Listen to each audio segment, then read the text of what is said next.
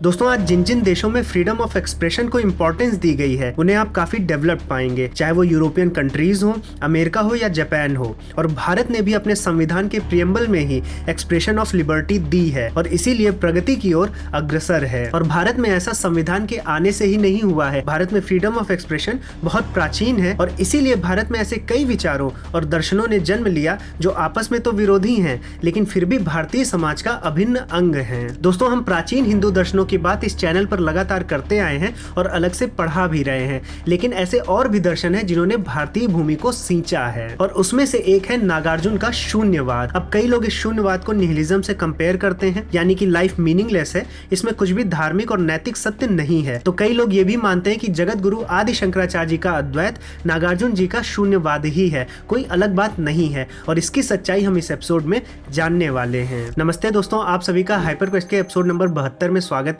दोस्तों आज के एपिसोड में हम नागार्जुन जी का शून्यवाद समझेंगे और ये भी देखने का प्रयास करेंगे कि कैसे ये शून्यवाद वेस्टर्न फिलॉसफी निहिलिज्म से अलग है। तो दोस्तों बिना किसी विलंब के आज के विश्लेषण को प्रारंभ करते हैं।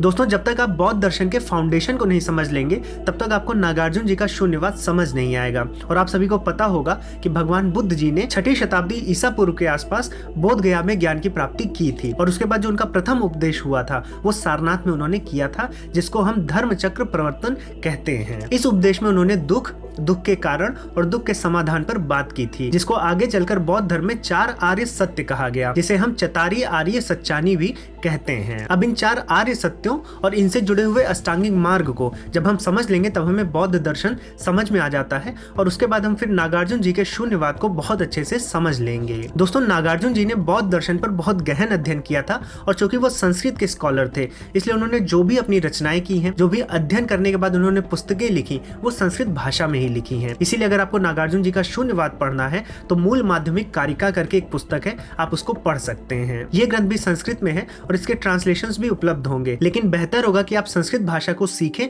जिससे आप स्वयं से इन महत्वपूर्ण ग्रंथों को समझ पाएं। हमारे शिक्षणम ऐप पर भी एक बहुत ही निपुण संस्कृताचार्य जी शनिवार और रविवार को संस्कृत भाषा सिखा रहे हैं। ये सारी की सारी क्लासेस रिकॉर्डेड वीडियोस हैं और आपको पहली क्लास से लेकर अंतिम क्लास तक सारी की सारी वीडियोस जीवन भर के लिए उपलब्ध कराई जाएंगी। और जो आपके प्रश्न होते हैं उनका आचार्य जी बीच बीच में लाइव सेशंस लेकर निराकरण करते हैं और साथ में एक कम्युनिटी फीचर भी दिया जाता है जहां पर आप एक दूसरे के साथ मिलकर क्वेश्चंस को सॉल्व कर सकते हैं। आचार्य जी स्वयं बेंगलोर के पेजावर मठ से 12 वर्षों तक गुरुकुल पद्धति से संस्कृत भाषा का अध्ययन किए हैं और संस्कृत भाषा के प्रचार प्रसार में कार्यरत हैं। तो बच्चे हो या फिर बड़े हो, सभी के लिए एक सुनहरा अवसर है, क्योंकि अगर हम संस्कृत भाषा को सीखेंगे तो हमारे जो प्राचीन भारतीय ग्रंथ हैं वो व्यर्थ नहीं जाएंगे और गलत इंटरप्रिटेशन से बचेंगे। तो आप आज ही शिक्षणम ऐप पर इस कोर्स संस्कृत भाषा प्रज्ञा में फ्री डेमो वीडियोस को चेक करके इनरोल कर सकते हैं। मैंने ऐप की लिंक नीचे डिस्क्रिप्शन बॉक्स और कमेंट सेक्शन में दी है, तो आप इस कोर्स का लाभ अवश्य उठाएं, संस्कृत सीखें, क्योंकि संस्कृत से ही होगा। दोस्तों अब आइए नागार्जुन जी के शून्यवाद को समझने की तरफ बढ़ते हैं।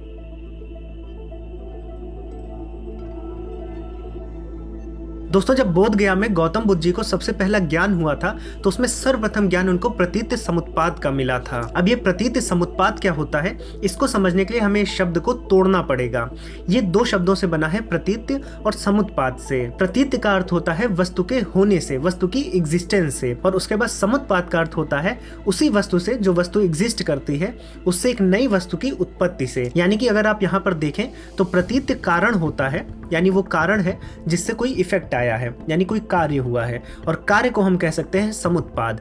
तो प्रतीत का अर्थ हो गया कारण और समुत्पाद का अर्थ हो गया कार्य, यानी कारण से कार्य आया। और आपको याद होगा हमने सांख्य दर्शन में कार्य कारण का सिद्धांत पढ़ा था और वहां पर भी हमने समझा था कि सत कारणों से ही सत्कार्य आते हैं, यानी कि कुछ ना कुछ एग्जिस्ट करेगा चाहे जिस भी फॉर्म में, उसी से कोई नई चीज आएगी। नथिंगनेस से कुछ भी चीज नहीं आती है और उसको यहाँ पर बौद्ध दर्शन में प्रतीत समुत्पाद से बताया गया है। तो प्रतीत समुत्पाद का अर्थ हो गया कि संसार में जितनी भी वस्तुएं दिख रही हैं वो किसी न किसी कारण से ही उत्पन्न हुई हैं, और चूंकि उत्पन्न हुई हैं तो अपने कारण पर अपनी एग्जिस्टेंस के लिए निर्भर करती हैं। और फिर इसी कार्य कारण सिद्धांत को, या फिर जिसे हम प्रतीत समुत्पाद कहते हैं, इसको संपूर्ण जगत की वस्तुओं पर भगवान बुद्ध जी ने लागू किया। और उसके बाद फिर 4 आर्य सत्यों की स्थापना की, जिसमें सबसे पहला आर्य सत्य था दुख, यानी कि जो दुख है वो इस संसार में हर जगह रहता है, दुख ही सत्य है। जो आपको सुख भी लग रहा है वो असल में दुख ही है, क्योंकि उस सुख की अनुभूति में भी आपको हमेशा डर लगा रहता है कि वो सुख खत्म हो जाएगा। तो देखा जाए तो इस ब्रह्मांड में एक ही सत्य है और वो है दुख। जैसे कि बताया गया था कि सभी वस्तु का कोई ना कोई कारण होता है, तो ऐसे दुखों के भी कारण होते हैं, और इस प्रकार के उन्होंने 12 कारण बताए हैं। तो उनको बोला गया 12 दुख समुदय, यानी कि 12 वो कारण, 12 वो चीजें होती हैं जिनसे दुख उत्पन्न होता है। इसके बाद तीसरा आर्य सत्य है दुख निरोध। जब हमें ये पता चल गया कि हर वस्तु किसी न किसी कारण से उत्पन्न है और दुख भी किसी न किसी कारण से उत्पन्न हो रहा है, जो कि 12 कारण है, तो अगर हम उन कारणों का विनाश कर दें तो दुख का भी विनाश हो जाएगा, और इसी दुखों के विनाश को बौद्ध दर्शन में निर्वाण कहा गया है। और उसके बाद चौथा आर्य सत्य है दुख निरोध गामिनी प्रतिपदा। इसमें उन्होंने दुख का निरोध करने के लिए, दुख को समाप्त करने के लिए, विनाश करने के लिए अष्टांगिक मार्गों का उपदेश दिया था, जिन पर चलकर हम अपने दुखों का निवारण पा सकते हैं, दुखों से मुक्त हो सकते हैं। अगर आप पैरेलल बैठाना चाहें तो हमने जैसे पतंजलि जी के योग दर्शन में अष्टांग योग को पढ़ा है। अगर आपने नहीं पढ़ा है तो हम अपने शिक्षण मैप पर योग दर्शन को भी विधिवत पढ़ा रहे हैं। तो वहां पर भी हमने अष्टांग योग में देखा था कि पतंजलि जी ने 8 मार्ग बताए थे जिससे हम दुखों से मुक्त हो सकते हैं। तो उसी तरह की चीज यहाँ पर भी बौद्ध दर्शन में उपस्थित है, जो अष्टांगिक मार्ग के नाम से जानी जाती है। इन अष्टांगिक मार्ग को हम डिटेल में और किसी वीडियो में अच्छे से समझेंगे। अगर आपको जानना है तो हमें कमेंट सेक्शन में जरूर लिखिएगा। लेकिन अभी के लिए ये जान लीजिए कि जो अष्टांगिक मार्ग हैं, अगर हम इनको फॉलो करेंगे तो हमें अपने दुखों से निवृत्ति मिल जाएगी। तो दोस्तों, अब हम 4 आर्य सत्य और अष्टांगिक मार्ग के विषय में जान गए हैं, तो हमें बौद्ध दर्शन का बेसिक पता चल गया है। अब हम तैयार हो गए हैं नागार्जुन जी के शून्यवाद को समझने के लिए।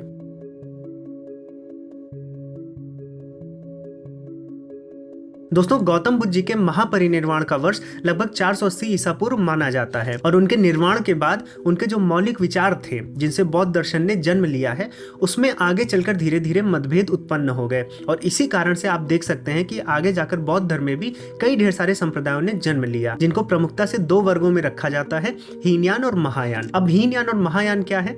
हीनयान वो लोग थे जो रूढ़िवादी थे, जो भगवान बुद्ध के विचारों को, प्राचीन विचारों को ज्यों का त्यों रखना चाहते थे और फॉलो करना चाहते थे। वहीं महायान को आप देखेंगे तो वो सुधारवादी संप्रदाय थे।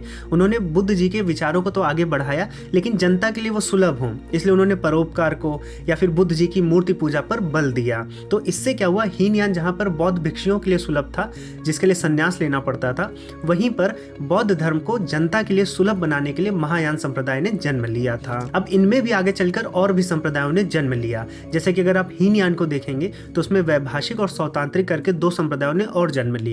और अभी यहाँ पर अगर हम महायान की बात करें तो यहाँ पर भी आगे जाकर 2 संप्रदायों ने जन्म लिया। एक थे माध्यमिक, जिसको हम शून्यवादी कहते हैं, और दूसरे थे योगाचार, जिनको विज्ञानवादी कहते हैं। तो हम देख सकते हैं जिस शून्यवाद की हम बात कर रहे हैं वो महायान संप्रदाय से रिलेटेड है, और इनके प्रतिपादक नागार्जुन जी थे, जो 2री सदी ईसा पूर्व के आसपास पैदा हुए थे। और उन्होंने ही बुद्ध जी का जो हमने डिस्कस किया प्रतीत समुत्पाद, इसको शून्यता बोला, और अपने शून्यवाद में गौतम बुद्ध जी द्वारा प्रतिपादित मध्यम मार्ग को विकसित किया। आइए अब इस शून्यवाद की फिलॉसफी को अच्छे से समझते हैं।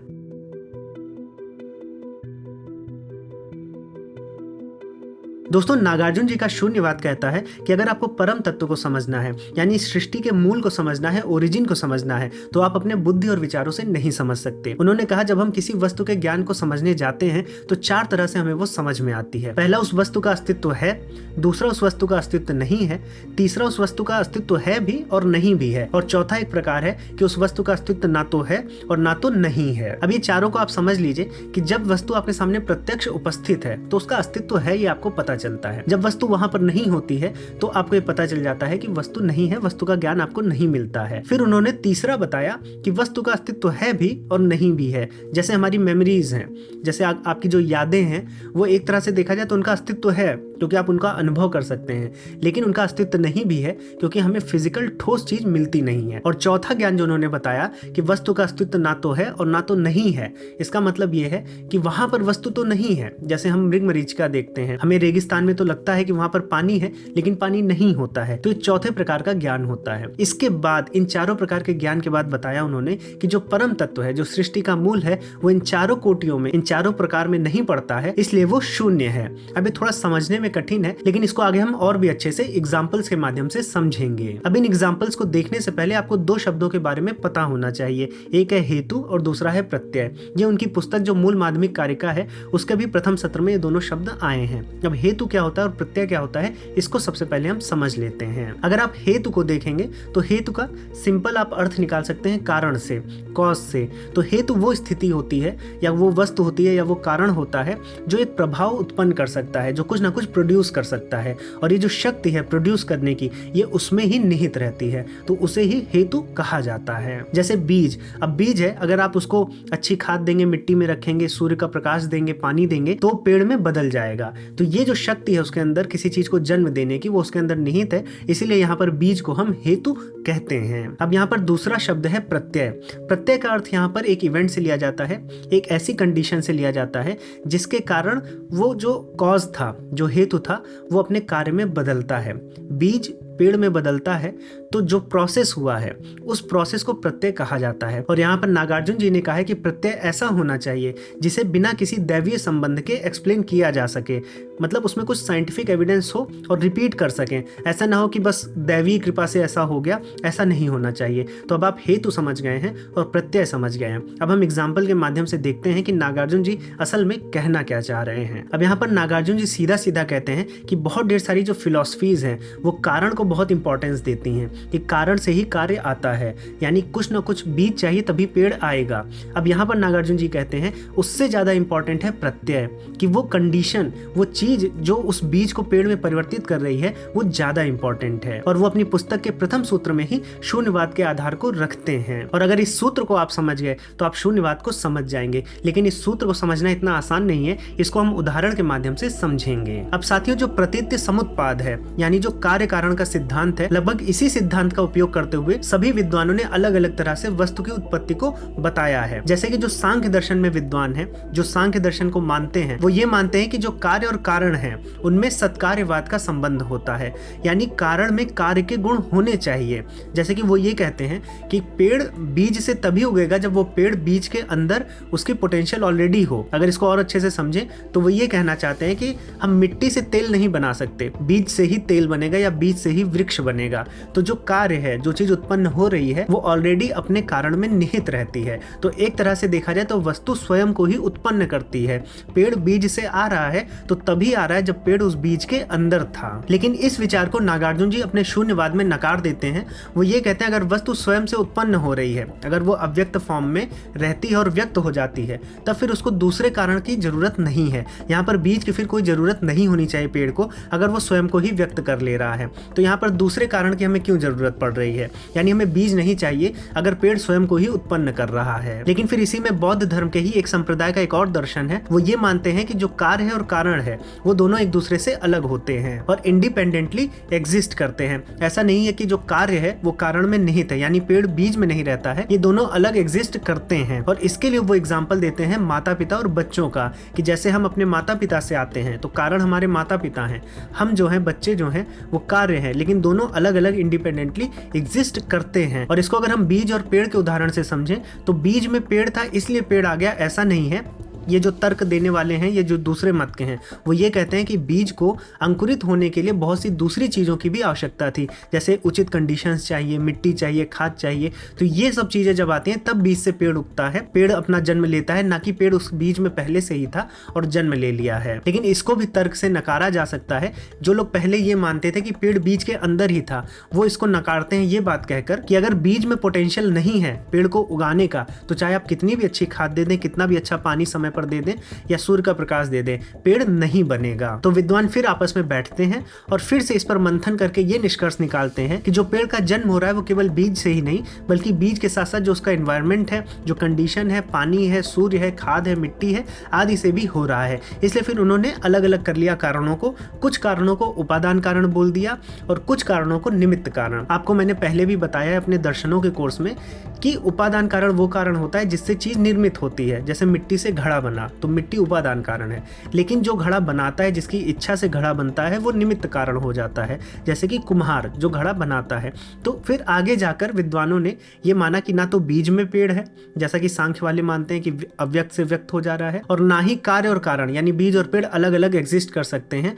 दोनों के बीच में कोई ना कोई कंडीशन चाहिए बीज के अंकुरित होने के लिए। तो इसलिए बहुत ढेर सारे कारण होते हैं पेड़ के जन्म के लिए। तो फिर वो कॉमन ग्राउंड पे आते हैं और ये मानते हैं कि उपादान कारण और निमित्त कारण दो तरह के कारण होते हैं किसी पेड़ या किसी वस्तु के जन्म के लिए। लेकिन इतना सब कुछ मंथन करने के बाद जब नागार्जुन जी आते हैं अपना शून्यवाद लेकर, तो वो इस बात को भी नकार देते हैं। वो पहले तो इस बात को नकार ही दिए थे कि वस्तु का जन्म स्वयं से होता है, जो सांख्य दर्शन की हमारी फिलॉसफी है कि अव्यक्त से व्यक्त में आ जाती है, तो उसको तो नकार ही दिए थे।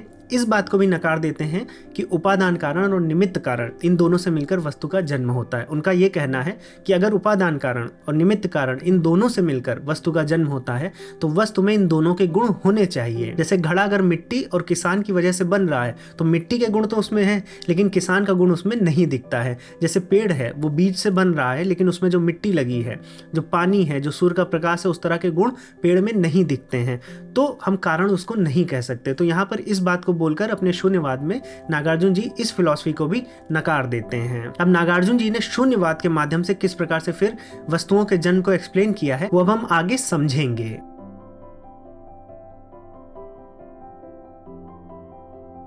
दोस्तों, नागार्जुन जी ने शून्यवाद में समझाया है कि अगर हमें वस्तु की उत्पत्ति के विषय में समझना है तो हमें कारण में नहीं घुसना चाहिए, वहां पर जाकर असमंजस की स्थितियां आ जाती हैं।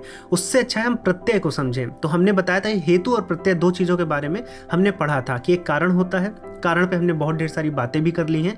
प्रत्यय पे उन्होंने बोला अगर आप प्रत्यय को समझ लेंगे तो आपको चीजें समझ में आएंगी कि वस्तु का जन्म कैसे और क्यों होता है। और प्रत्यय को भी उन्होंने अपने एक सूत्र में 4 तरह के बताए हैं: हेतु प्रत्यय, आलंबन प्रत्यय, अनंतर प्रत्यय और अधिपतेय प्रत्यय। और एक 5वां प्रकार का प्रत्यय है जिसे कहा जाता है कि अब कोई प्रत्यय नहीं बचा है। इसको एक एग्जाम्पल के माध्यम से समझेंगे। जैसे कि मान लीजिए जब आप स्विच दबाते हैं तो बल्ब जलता है, तो यहाँ पर हम इन चारों प्रत्ययों को इस उदाहरण के माध्यम से समझेंगे। अब अगर मान लीजिए आपने स्विच दबाया और बल्ब जला, तो यहाँ पर अगर कोई पूछता है कि बल्ब क्यों जल रहा है, रोशनी क्यों हो रही है, तो आप यहाँ पर अगर आप पहला देखेंगे हेतु प्रत्यय, तो यहाँ पर कहा जा सकता है कि मैंने स्विच दबाया है इसलिए बल्ब जल रहा है, तो ये हेतु प्रत्यय है। यहाँ पर सीधा सीधा आपको कारण पता चल जाता है कि किस वजह से वो घटना हुई है। इसका दूसरा उत्तर ये भी हो सकता है कि मेरे घर की वायरिंग बहुत अच्छी कंडीशन में है, बल्ब फ्यूज नहीं है, बिजली आ रही है इसलिए बल्ब जल रहा है। तो अगर आप ये कारण देंगे तो इसको कहा जाएगा आलंबन प्रत्यय। यानी आलंबन प्रत्यय वो पूरा का पूरा इन्वायरमेंट है, वो कंडीशन है जिसकी वजह से वो कार्य यानी कि वो वस्तु उत्पन्न होती है। इसका तीसरा उत्तर भी दिया जा सकता है कि यहाँ पर हम लाइट को बोल सकते हैं कि लाइट कुछ नहीं है, ये फोटॉन्स का इमिशन है। यानी कि जब इलेक्ट्रॉन पे एनर्जी का बम्बार्डमेंट किया गया तो उससे फोटॉन्स का एमिशन हुआ, जिसकी वजह से ये फोटॉन के एमिशन से लगातार एमिशन होते रहने से हमें प्रकाश मिल रहा है। तो अगर हम यहाँ पर प्रत्यय की बात करेंगे तो इसे अनंतर प्रत्यय कहा जाता है। यानी कि जो अनगिनत मध्यस्थ क्रियाएं हो रही हैं, जो घटनाएं घटित हो रही हैं, जब आप उनकी बात करने लगते हैं तो वो अनंतर प्रत्यय हो जाता है। और चौथा उत्तर आप सीधे सीधे दे सकते हैं कि चूंकि मुझे देखना है इसलिए ये बल्ब जल रहा है, और इसे डोमिनेंट कंडीशन कहते हैं। यानी कि आप इसे अधिपतेय प्रत्यय कह सकते हैं। ये किसी कार्य का अंत या फिर पर्पस होता है, जिस पर्पस के लिए वो कार्य किया गया है। यानी कारण और कार्य के बाद भी एक चीज होती है पर्पस।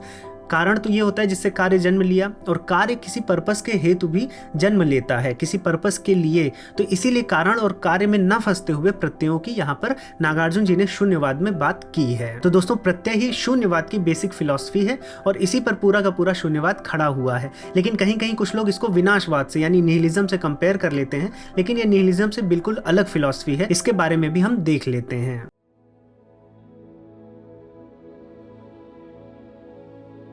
दोस्तों, निहिलिज्म में ये फिलॉसफी है कि कोई भी वस्तु अकारण जन्म ले लेती है, उसका कोई कारण नहीं होता है, सब कुछ ऐसे ही होता है, मीनिंगलेस है। और यहीं पर अगर देखा जाए तो शून्यवाद में जो नागार्जुन जी हैं उन्होंने भी किसी कारण को नहीं माना है। वो उपादान कारण और निमित्त कारण दोनों को किनारे कर देते हैं। इस वजह से भ्रमवश बहुत से लोग शून्यवाद को विनाशवाद से यानी निहिलिज्म से कंपेयर करने लगते हैं और एक ही मान लेते हैं। जबकि अगर आप देखें तो शून्यवाद में सीधा सीधा नागार्जुन जी ने कहा है कि वस्तु का ज्ञान तो हमें हो सकता है, और उसके 4 प्रकार भी पहले हमने बताए हैं। लेकिन जब हम परम तत्व की यानी कि जिससे सृष्टि आई है उसका ज्ञान हम बुद्धि और विचार से नहीं कर सकते। तो नागार्जुन जी के शून्यवाद में परम तत्व को माना गया है, भले वो बुद्धि और विचार से परे है, उस तक हम नहीं पहुंच सकते और उसके लिए अलग अलग मार्ग भी बताए गए हैं जो बौद्ध धर्म में प्रैक्टिस किए जाते हैं।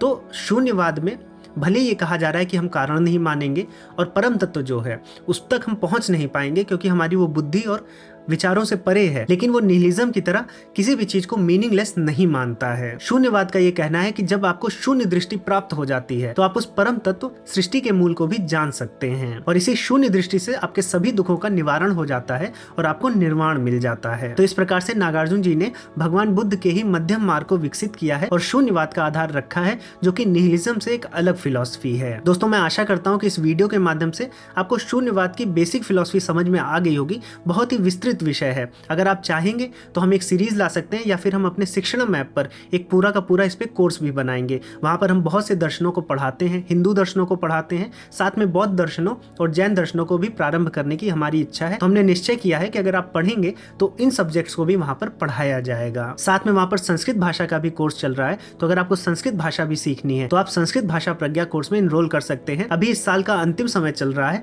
तो एक एंड ऑफ ईयर सेल भी चल रही है जिसमें आपको 20% का सभी कोर्सेज पर फायदा मिल जाएगा और इसी के साथ साथ नए वर्ष पर आप इस अध्यात्म की यात्रा का प्रारंभ भी कर सकते हैं। मेरी शुभकामनाएं आपके साथ हैं। दोस्तों, अगर आपको ये वीडियो पसंद आई है तो लाइक बटन पर जरूर क्लिक करें और नीचे कमेंट सेक्शन में अपने विचार जरूर बताएं। चैनल को सब्सक्राइब नहीं किया है तो चैनल को सब्सक्राइब भी कर लें। हम इसी प्रकार से धर्म से जुड़ी एजुकेशनल वीडियोस लाते रहते हैं। तो दोस्तों, अब इस वीडियो को दूंगा यहीं पर विराम। अब मैं मिलूंगा एक नए टॉपिक के साथ नई वीडियो में। तब तक के लिए जय श्री राम।